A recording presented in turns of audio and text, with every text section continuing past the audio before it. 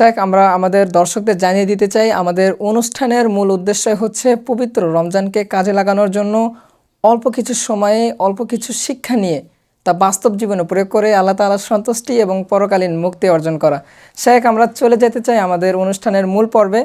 So আমি আপনাকে অনুরোধ করব আজকের প্রথম রোজা উপলক্ষে আমাদেরকে এমন কিছু উপদেশ দেন যার মাধ্যমে আমরা খুব সহজে আল্লাহ তাআলার সন্তুষ্টি এবং পরকালীন মুক্তি লাভ করতে পারি। ধন্যবাদ আপনাকে। প্রথমে ধন্যবাদ জানাই আজকের বগুড়াকে এরকম সুন্দর একটি আয়োজন করার জন্য। প্রথম রোজায় প্রথম শিক্ষা সম্পর্কে আমি বলতে চাই, আল্লাহ পাক রব্বুল ইজ্জাত কোন উদ্দেশ্যকে সামনে রেখে আমাদেরকে রোজা ফরজ করেছেন। আল্লাহ পাক রব্বুল ইজ্জাত সূরাতুল বাকারা 183 নম্বর আয়াতে বলছেন, ইয়া আইয়ুহাল্লাযীনা আমানু কুতিবা আলাইকুমুস সিয়ামু কামা কুতিবা আলাল্লাযীনা মিন ক্বাবলিকুম লাআল্লাকুম তাত্তাকুন।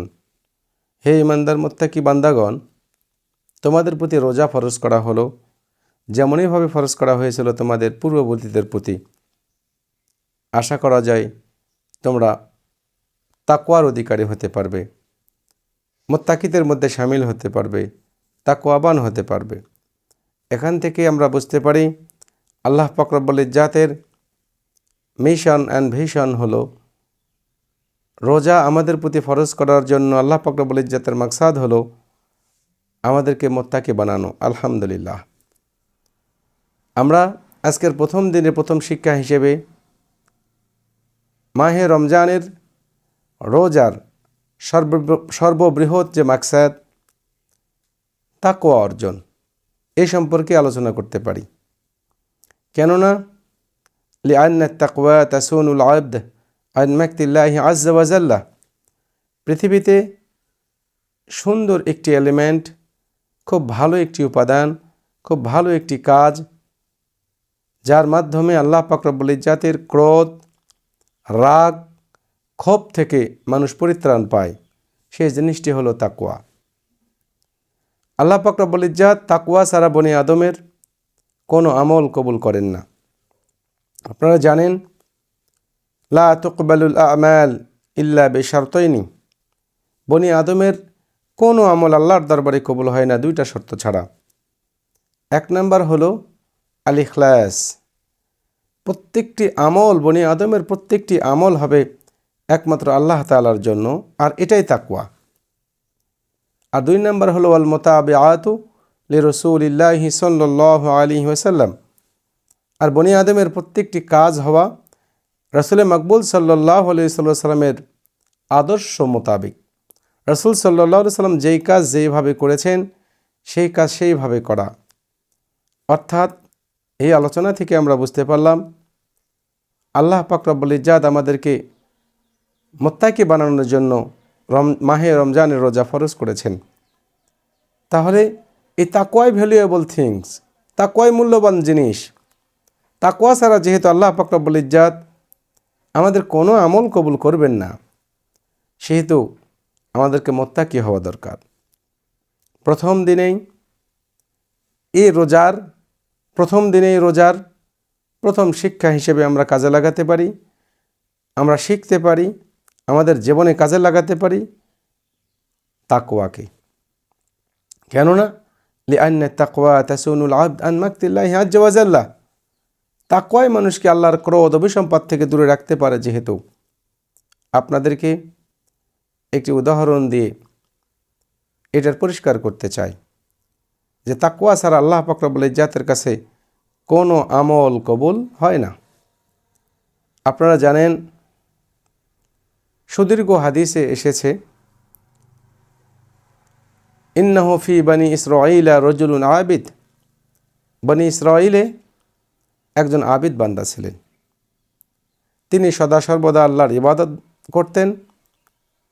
একদা তার জাল কওমু, তার কাছে তার সম্প্রদায়ের লোকজন আসলেন, এসে বললেন, হে আবিদ বান্দা, আপনি এখানে ইবাদত করছেন, আপনার কওমের লোকেরা ইয়াবুদুনা শাজারা, ওই গাছের পূজা করছে আল্লাহকে বাদ দিয়ে। উনি ফাগাদাবাল আবিদ, অতঃপর এই আবিদ বান্দা অত্যন্ত রাগান্বিত হলেন। উনি একটি আখযা ফাসাহু, তার কুঠার হাতে নিলেন, নিয়ে বললেন, মানুষ আল্লাহকে বাদ দিয়ে যে গাছের পূজা করে তিনি কুঠার হাতে নিয়ে বললেন, মানুষ এক আল্লাহকে বাদ দিয়ে একটা গাছের পূজা করতে পারে? মানুষ যে গাছের পূজা করছে আমি গাছটা কেটে ফেলব। উনি রওনা করলেন। পথিমধ্যে একজন শাইখুন কাবীর, অতিশয় একজন বৃদ্ধের সাথে সাক্ষাৎ হয়ে গেল। সেই বৃদ্ধ লোক আবেদ বান্দাকে বললেন, আইনা তাযহাব, আপনি কই যাবেন? আবেদ বান্দা বললেন, আযহাবু লিআকতাআ শাজারাহ, আমি ওই গাছটি কাটার জন্য যাচ্ছি যে গাছের ইয়াবুদুনান নাস, মানুষ যে গাছের পূজা করছে আল্লাহকে বাদ দিয়ে। শাইখ বললেন, বৃদ্ধ মানুষ বললেন, না, আপনি সেখানে যেতে পারেন না, আমি আপনাকে যেতে দেব না। এক পর্যায়ে দুজন ফাতাশাজারা বাইনাহুম, দুজনে ধস্তাধস্তি লেগে গেলেন। এই শাইখ বৃদ্ধ মানুষের সাথে ধস্তাধস্তিতে আবিদ বান্দা সহজেই ফার্স্ট অ্যাটেম্পটেই, প্রথম প্রচেষ্টায় এই বৃদ্ধ মানুষকে পরাজিত করলেন। জমিনে আওকাআহু আলাল আরদ, জমিনে ফেলে দিলেন। অতঃপর শাইখ এই বৃদ্ধ ব্যক্তি উঠলেন, উঠে দাঁড়িয়ে বললেন, হে আবেদ, আল্লাহর বান্দা, আমি তো আপনার সাথে এ যুদ্ধে সংগ্রামে পারলাম না, এ ধস্তাধস্তিতে পারলাম না। আমি আপনাকে বলতে চাই, আপনার সাথে একটি এগ্রিমেন্ট করতে চাই। এগ্রিমেন্টটা হলো, আপনিও গাছটা কাটবেন না, আপনাকে এর বিনিময়ে প্রতিদিন 2 দিরহাম করে দেব। আর এই 2 দিরহামের বিনিময়ে আপনি সুন্দর লাইফ লিভ করতে পারবেন, আপনাকে অন্য কোনো ইনকামের চিন্তা করতে হবে না, এবং আপনি আল্লাহর ইবাদতে নিজেকে কাটিয়ে দিতে পারবেন। আবেদ বান্দা মনে করলেন, এটা আমার পক্ষে ভালো একটা প্রপোজাল। তিনি অ্যাকসেপ্ট করে নিলেন, গ্রহণ করলেন। পরদিন থেকে একটানা 3 দিন, অর্থাৎ প্রথম দিন 2 দিরহাম দিলেন এই শাইখ, দ্বিতীয় দিন 2 দিরহাম দিলেন, তৃতীয় দিন 2 দিরহাম দিলেন। কিন্তু চতুর্থ দিন তিনি দেখলেন তার কাছে আর কোনো দিরহাম পৌঁছেনি। তিনি আবার গদাবাল আবিদ গদাবান শাদীদান, কিতাবে এসেছে যে এই আবেদ বান্দা এবার এত বেশি রাগান্বিত হলেন, তিনি আবার আখওয়াজা ফাসাহু, তিনি আবার তার কুঠারটাকে হাতে নিলেন, আবার রওনা করলেন গাছটা কাটার জন্য। পথিমধ্যে আবার সেই শাইখুন কাবীর বৃদ্ধ ব্যক্তির সাথে সাক্ষাৎ হয়ে গেল। তিনি বৃদ্ধ ব্যক্তি তাকে আবার প্রহিবিট করলেন, বাধা দিলেন, আপনি সেখানে গাছটা কাটতে যাবেন না। ইনি বললেন, আমি যাবই। বৃদ্ধ ব্যক্তি বললেন, না, যাবেন না, আমি যেতে দেব না। ফাতাকাবালা বাইনাহুম বা ফাতাশাজারা বাইনাহুম, আবারও দুজনের মাঝে ধস্তাধস্তি, মারামারি হলো। এইবার আওকাআহু আলাল আরদ, এই আবেদ বান্দাকে এই বৃদ্ধ মানুষ, অতিশয় বৃদ্ধ মানুষ সহজেই জমিনে ফেলে দিলেন, অর্থাৎ তাকে ডিফিটেড করলেন, পরাজিত করলেন। এবার দুজন উঠলেন। আবেদ বান্দা বললেন, হে শাইখুন কাবীর, আমি প্রথমবার আপনাকে খুব সহজে পরাজিত করেছিলাম, কিন্তু এইবার আমি জোর প্রচেষ্টা করেও, হার্ট অ্যান্ড সোল ট্রাই করেও আমি আপনাকে পরাজিত করতে পারলাম না। এর কারণ কি? এইবার শাইখুন কাবীর বৃদ্ধ মানুষ জবাব দিলেন, আমি আসলে শাইখুন কাবীর, অতিশয় বৃদ্ধ একজন মানুষ, কিন্তু আমি বৃদ্ধ নই, আমি হলাম শয়তান, নাউযুবিল্লাহ মিন যালিক। হে আবেদ, আপনি প্রথমবার আমাকে পরাজিত করতে পেরেছিলেন, এবং প্রথম প্রচেষ্টায়, এবং কোনো জোর জবরদস্তি, হ্যারাসমেন্ট ছাড়াই, কষ্ট ক্লেশ ছাড়াই। এর কারণ হলো, প্রথমবার আপনি গাছ কাটতে যাচ্ছিলেন মহান রবকে সন্তুষ্ট করার জন্য। সুবহানাল্লাহ। আপনার কল্পনায় ছিল, আপনার টেন্ডেন্সি ছিল, আপনার চিন্তা চেতনা ছিল যে এক আল্লাহকে বাদ দিয়ে মানুষ একটা গাছের পূজা করতে পারে, আমি অবশ্যই সে গাছটি কেটে ফেলব। কিন্তু সেকেন্ড টাইম, দ্বিতীয়বার আপনি গাছটি কাটতে যাচ্ছেন, প্রথম দিন 2 দিরহাম পেয়েছেন, গাছ কাটতে যান নাই। দ্বিতীয় দিন 2 দিরহাম পেয়েছেন, গাছ কাটতে যান নাই। তৃতীয় দিন 2 দিরহাম পেয়েছেন, গাছ কাটতে যান নাই। আজকে 2 দিরহাম পান নাই, তার মানে আজকে গাছ কাটতে যাচ্ছেন আপনি আপনার 2 দিরহামের উদ্দেশ্যে, 2 দিরহাম না পাওয়ার জন্য।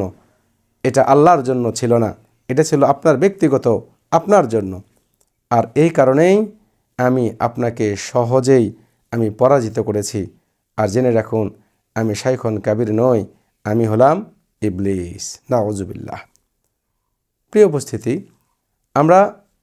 প্রিয় ভাই, আমরা এখান থেকে বুঝতে পারলাম যে আসলে তাকওয়া এমন একটা এলিমেন্ট, এমন একটা উপাদান যার মাধ্যমে আল্লাহর সন্নিকটে পৌঁছা যায়, যার মাধ্যমে বনি আদমের আমলগুলো আল্লাহ পাক রব্বুল ইজ্জাতের কাছে ইখলাসের সাথে পিউরিফাই হয়ে পৌঁছে যায়।